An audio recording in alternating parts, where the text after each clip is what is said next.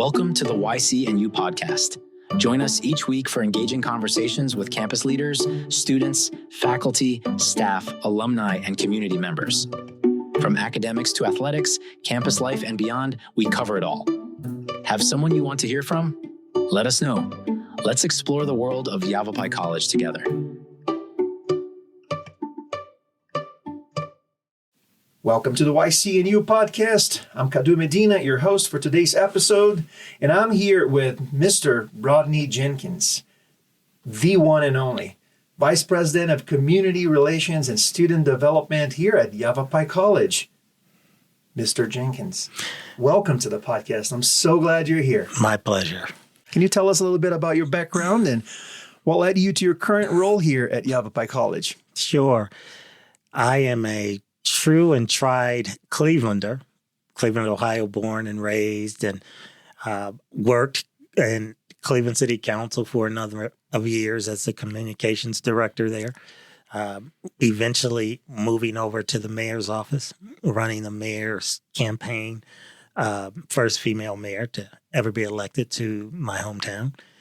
And then I moved down south to Atlanta, being recruited by the former governor of Georgia to be in the communications and marketing, or lead the communications and marketing team at one of the departments there. Spent a few years there until the governor left office, term limited, went up to Pennsylvania and began higher education there full time as the vice president for community relations, and then moved from there to here after spending 5 years at Lock Haven University in the Apache system. Wonderful. How long ago was that? So I've been here 8 years. This is my eighth year. I spent 5 years exactly at Lock Haven. That's wonderful. It's quite a long process to get here, and we're lucky that you are here. Yeah, that's nice. You're wonderful. Well, tell us a little bit about what a typical day looks like for you here at Yavapai College, and what is your favorite part of this routine? So typical, it never happens. Nothing's predictable, even when it's scheduled. When you work in an industry where people are involved, you have to move at the speed of people, and which is in every direction and every pace, right? For the most part. But most routinely, and I've forced it into my schedule, is talking to students and hearing them as they articulate their passions and their future, and being a part of helping shape that. And the interesting part about it is both traditional and non-traditionals. We actually have more non-traditional students here, people who have decided to improve their quality of life and standard of living. And they made that decision that they're going to take that leap. And the least we should do, is meet them where they are. And you mean physically, right? Because I've seen you around the campus several times, just really approaching students and talking to everyone. In our Yavapai bug, what is it called? We call that little cart, because you got to cover some miles in this campus. We're not small. Correct. And so that allows me, getting around and touching and talking to our students, to our staff, that allows me to see into their world and ask myself, in this position, what can I do to improve their quality of work life, if they are an employee in my division, or their future, or their quality of student life here. That I see as both important primary roles in this division, in this department. Wonderful.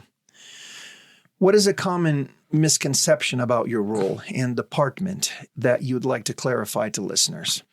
So I don't know if it's a misconception or not. I don't know if I have any true misconceptions. People understand what we do. It's black and white. Okay. From recruiting to retaining, helping students find ways to pay for college, helping folks, really improve their lives. And so it's not a misconception. The other piece of it is, and it's really related to the government relations piece of what I do.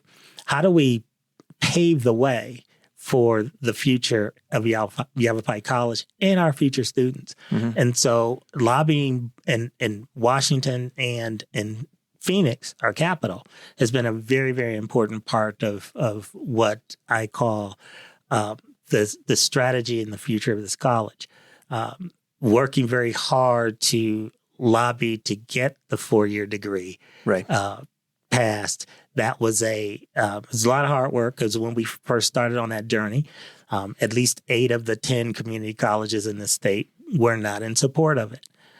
So I had to lobby our own folks to understand that this is beneficial for all of us, whether you decide to offer anything or not. Giving us that opportunity to do so in the areas that we need to do it in makes a lot of sense.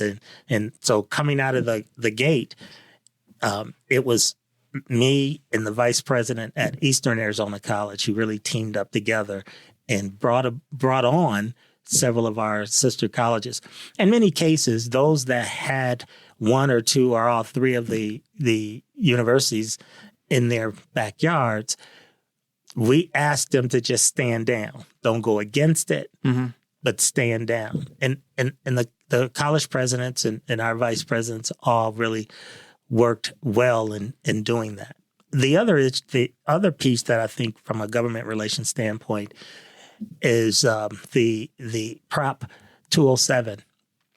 Prop 207 provided financial assistance to workforce to the community colleges through the sale and taxing of marijuana. It failed several times in the past.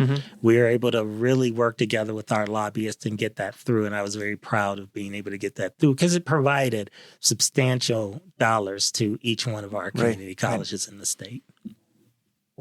Yeah, that obviously you have several departments that are under your responsibility here. This seems to be like a big piece of your role in what you do, which is incredibly big and important, because you're there working with legislators and everybody else who are working on the future of programs that we're here to implement. Now, when you're looking at the people that are under you here or with you in your departments, who are some of these folks that are kind of helping you implement all this stuff? Because I know you got all the departments here, like you have marketing, you have athletics, you have, and that goes on and on and on, obviously.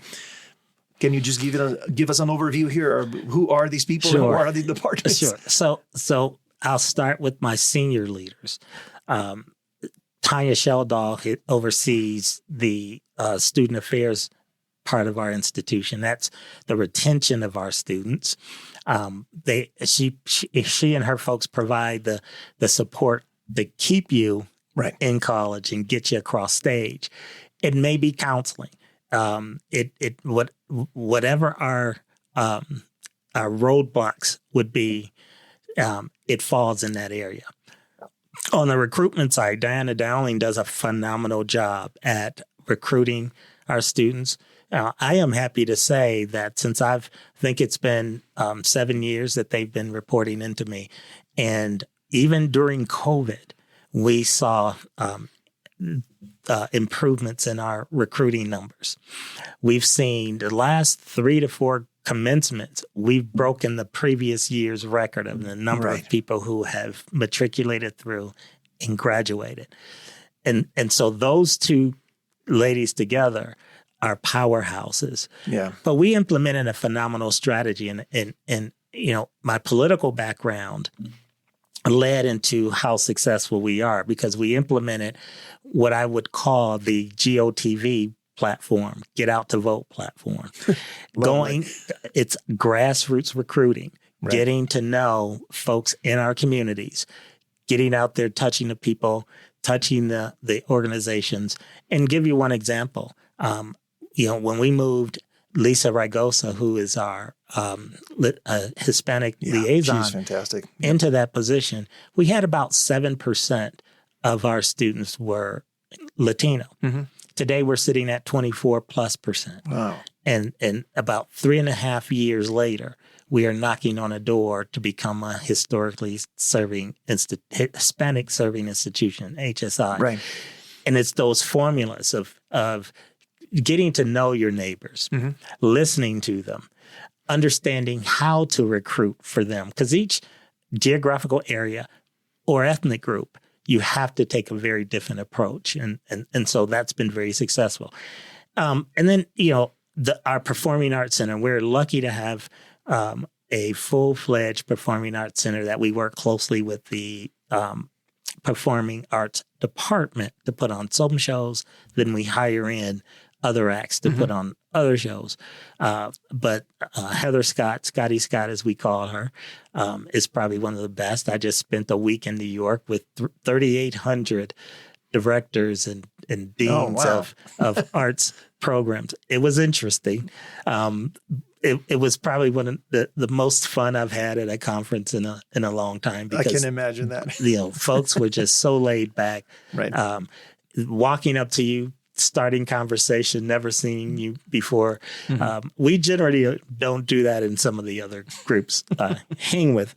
And then marketing, and Tyler Rumsey, who was my associate vice president over at Lock Haven.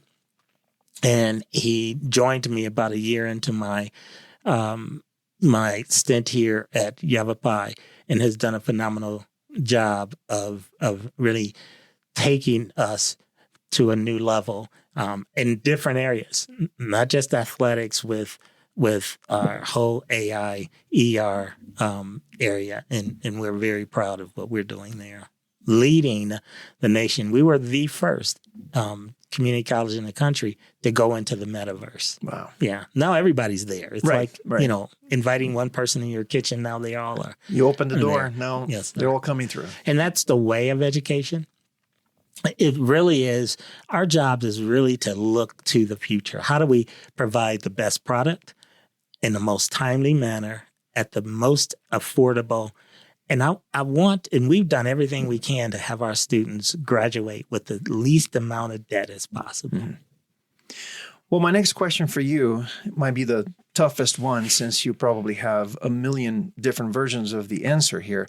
I'm going to ask you to tell me about one or a few projects or initiatives you're working on right now that excites you the most. But you have so much going on right now. So I don't know if you can pick one. I can. I can. There's one that's really dear to me, and it's the building of the Health Sciences Center in Prescott Valley. Oh, that's a phenomenal one. Yes. I've been pounding the pavement, both locally on the Hill and down in the Capitol. I actually have a meeting this afternoon with a couple of our legislators to help fund a health science center. Why it's important: health sciences are our fastest growing workforce area in the country. We don't have enough nurses. Every community, especially rural, need more nurses. Right. Especially in our town, in our community, right? I was told by the CEO of YRMC that he spends about $4 million a year on traveling nurses. And so we need those professionals to live here, to work here, to shop here, to be here. Not just nurses, though. There are other support folks in the health sciences area, which is growing.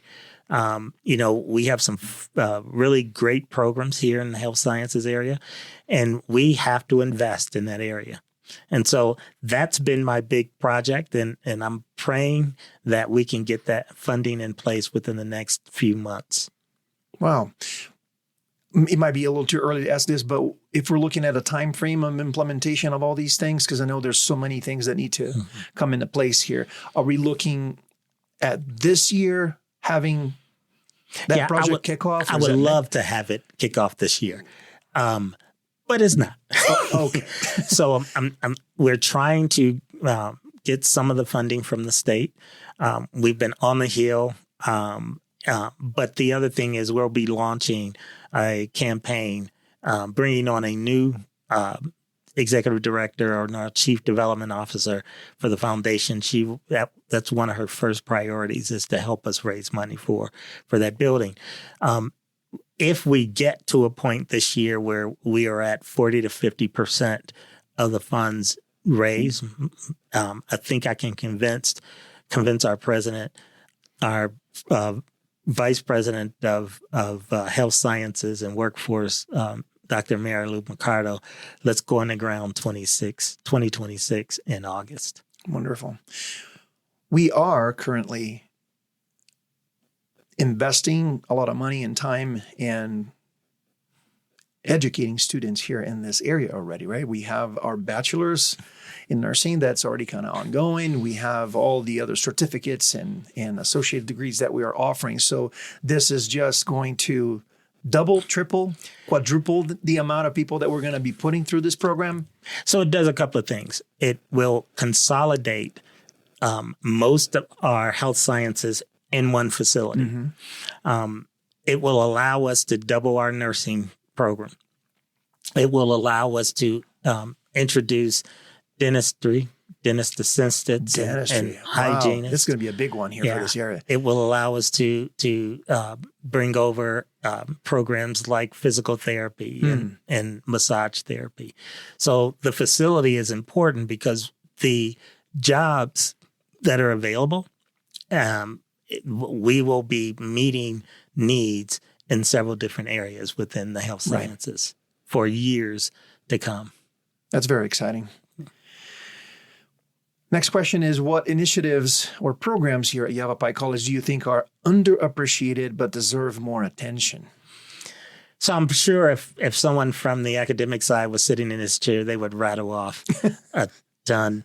But the arts, because they provide such a powerful stimulus to people and community. And people, if you're not in the arts or never been in the Performing Arts Center, you're missing a lot. I agree. It is a phenomenal facility.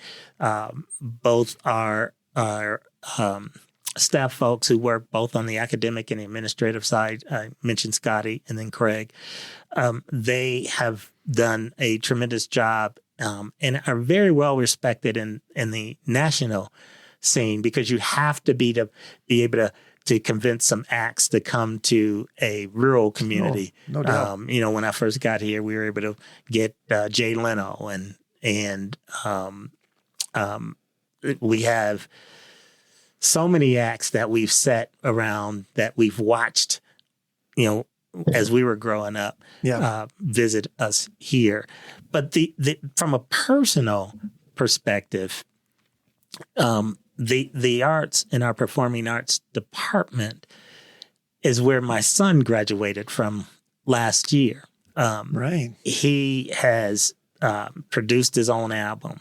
He is working with a agency right now. But most importantly for me, he was accepted on a phenomenal scholarship to Berklee School of Music in Boston, and in his finishing his first year or his junior year in college there, doing a really good job. And that I give credit to our folks here in our Performance Arts Department and the Performance Arts Center. Craig, for example, Craig Roston, really worked with him like he does all our students. So my kid didn't get any special treatment. And now the piano is something that to sit. It's funny. We have a piano in our house front door, and my neighbors said to me recently, have you been sick? You haven't been playing the piano lately. We just love stopping and listening to you play. And I said to them, there's no way that I can play the only note that I know. Oh man! But he's done a phenomenal job at that. The big bass, Chris Tenney has actually helped him hone those skills where he's being sought after by a number of folks throughout the country. So I dropped off a boy. They gave me back a man. Oh, how wonderful is that? Yeah. I have to say, personally, I last year decided to take on music again, and I am going through the music program here, taking one class at a time. And I can't tell you how impressed I was and how important it was for me to go through this program, to really realize how much we have going on in there. I felt like I was walking into like a conservatorium. It was intimidating to see how much music and the staff and the students. I mean, it's impressive. Mm-hmm. I would agree with you. People should just come and walk through the halls of our art department. They will be amazed at how much is going on in there and how wonderful that place is. I agree. I love it. Okay, now let's tell a little bit, tell stories about students here. And you share an example of a staff, student, faculty success story that has particularly inspired you recently. I know your son is one for sure, but let's bring a second one. And I can't give any specifics, but I will say all stories that help improve the quality of life for our students are success stories. Definitely. But helping a student who has situational needs, such as housing or food insecurities or mental health issues, is the most powerful thing we could do. Helping people find hope in the future is so powerful to me. When we see our students who are living in their cars or struggling, if they had to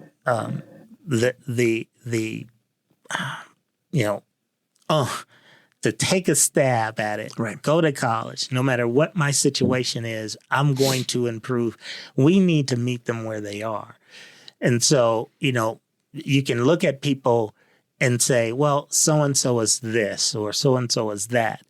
The moment they hit our doorstep, they are no longer that so-and-so. They are our student. Right. And we have to invest in them because the benefit is so important, not just to our economic health in this county, but we have people all over the country now. Yeah. And so, when I first got here, it took me a while to learn how to pronounce Yavapai, let alone Prescott. But around the country, when they see me wearing Yavapai College, people now recognize Yavapai College. Yeah, and what a wonderful place to be exposed to these stories and how people are overcoming these obstacles and moving on. I mean, it's just being part of that process in any form or shape. It's quite an honor. It makes getting up and coming to work fun. Worth it. Yeah. Yeah. It's fun when you can see where a person was. I'm not sure who said it, but if you look at a man the way that he is, he only looks worse. But if you look at him the way he could be, he becomes what he should be. Oh, wow. Got to look that one up. That's a good one. Yeah. Love it. Don't ask me who said it. Well, as of right now, you did. You did. All right. Well, last question here on the serious parts of things, because I got some special questions for you here towards the end. But right now, what is your vision for Yavapai College over the next few years? And how do you see it growing in the community? Well, visions come from the leader. And so our leader, our president, has been very focused on building this college into the future, boldly so. And so as we look at what's helping institutions across this country differentiate itself from the others, we have to look at technology. We have to look at, I mentioned earlier, going into the metaverse, being the first. I think we beat Miami-Dade by a couple of weeks going into the metaverse. And so what does that mean? It means we'll be able to teach in a way in which students haven't learned before. Teach in areas where it's unsafe for you to learn until you picked up the skill. But industry is saying we need bodies now. We want to deliver them bodies that are qualified and ready to produce in real time. So it's really about positioning us to look at what tools are best used to equip our faculty, to equip our staff, and to really empower our students to be incredibly successful.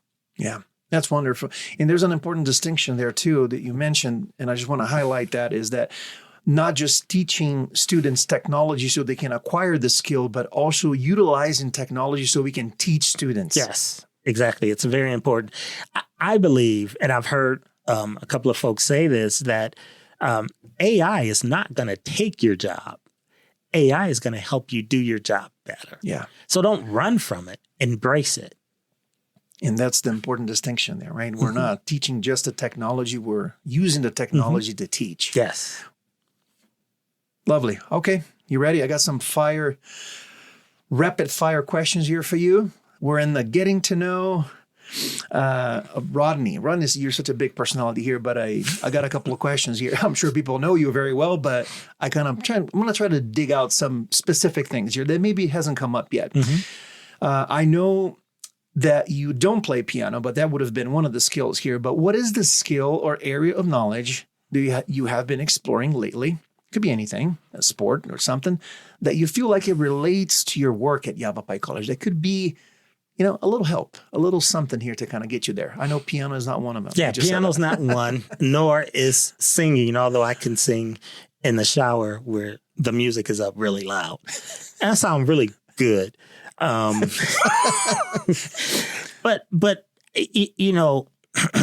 in life, we should always be seeking knowledge.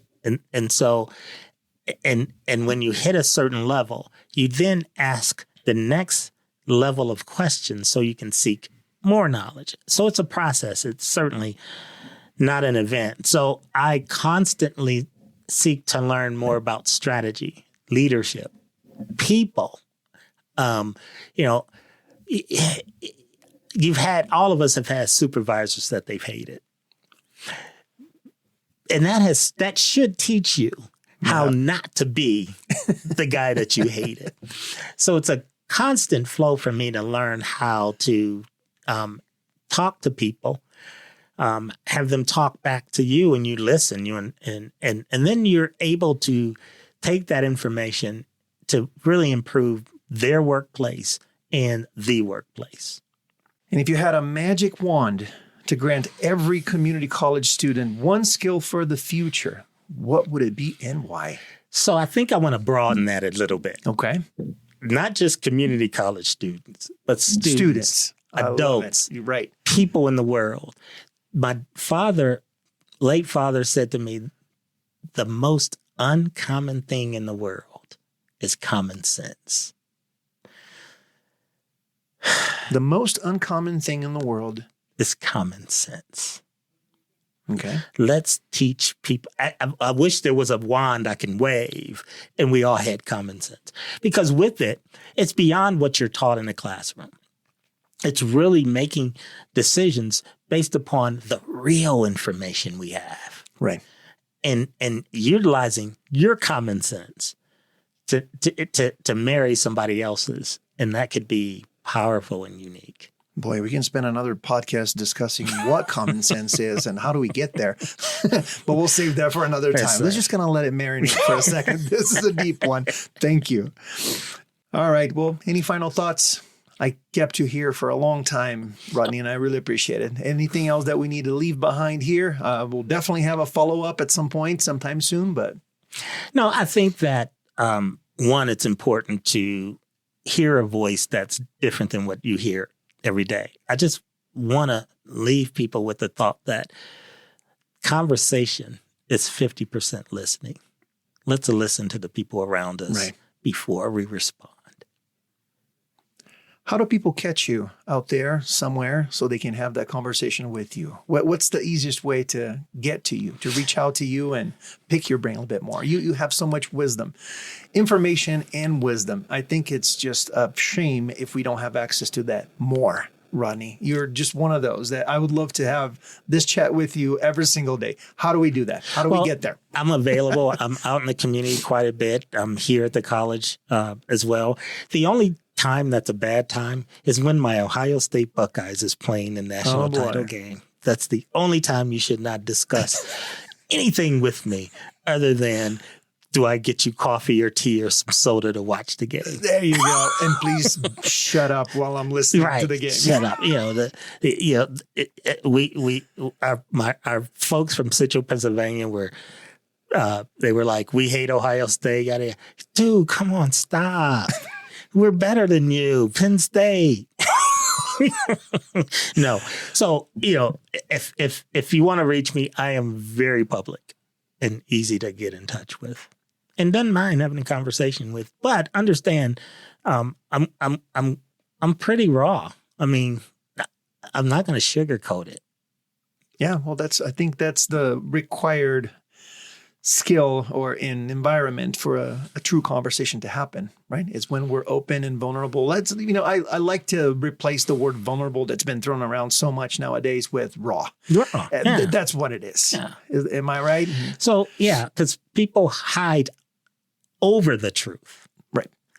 And they talk about what they see as the reality, regardless of and I say this, in general, because, even going back and reading some history books, don't ever be afraid of the truth. Rodney, thank you so very much. I appreciate you being here and talking to us. My pleasure. You have a great rest of your day. Thank you. Go Bucks!